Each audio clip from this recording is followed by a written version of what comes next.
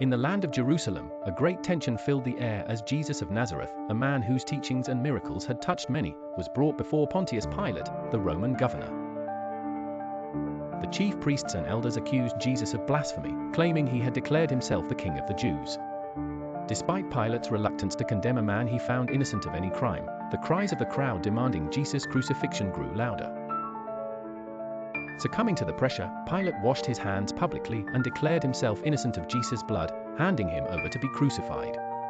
The Roman soldiers mocked Jesus, placing a crown of thorns on his head and a purple robe on his shoulders. They struck him, spat on him, and led him to Golgotha, the place of the skull.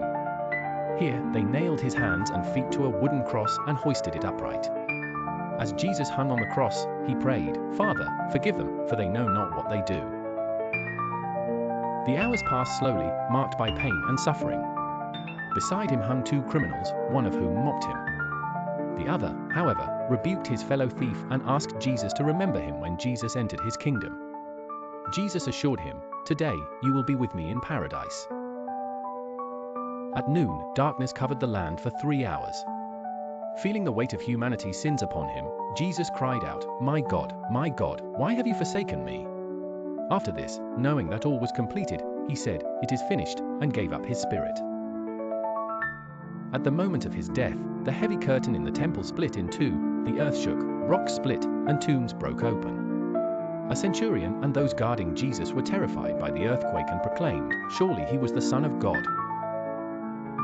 Joseph of Arimathea, a wealthy follower of Jesus, asked Pilate for Jesus' body. Wrapping it in a clean linen cloth, he placed it in his own new tomb, hewn out of rock, and rolled a large stone across the entrance.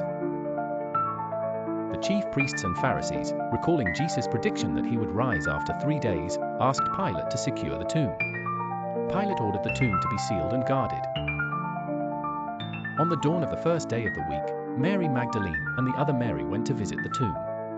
Suddenly, there was a violent earthquake, for an angel of the Lord descended from heaven, rolled back the stone, and sat upon it.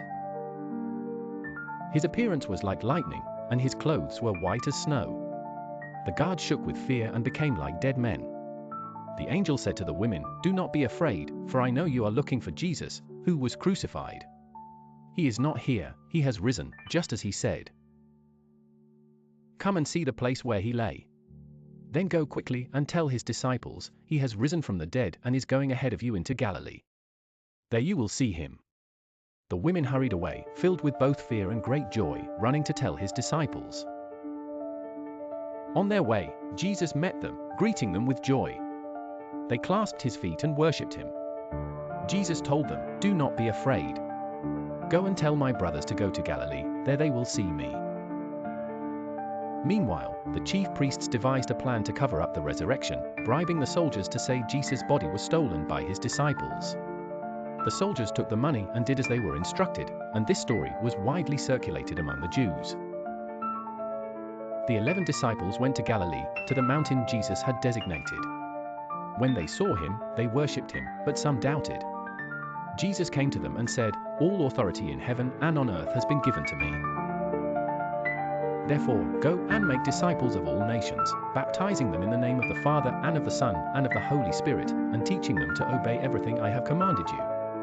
And surely I am with you always, to the very end of the age."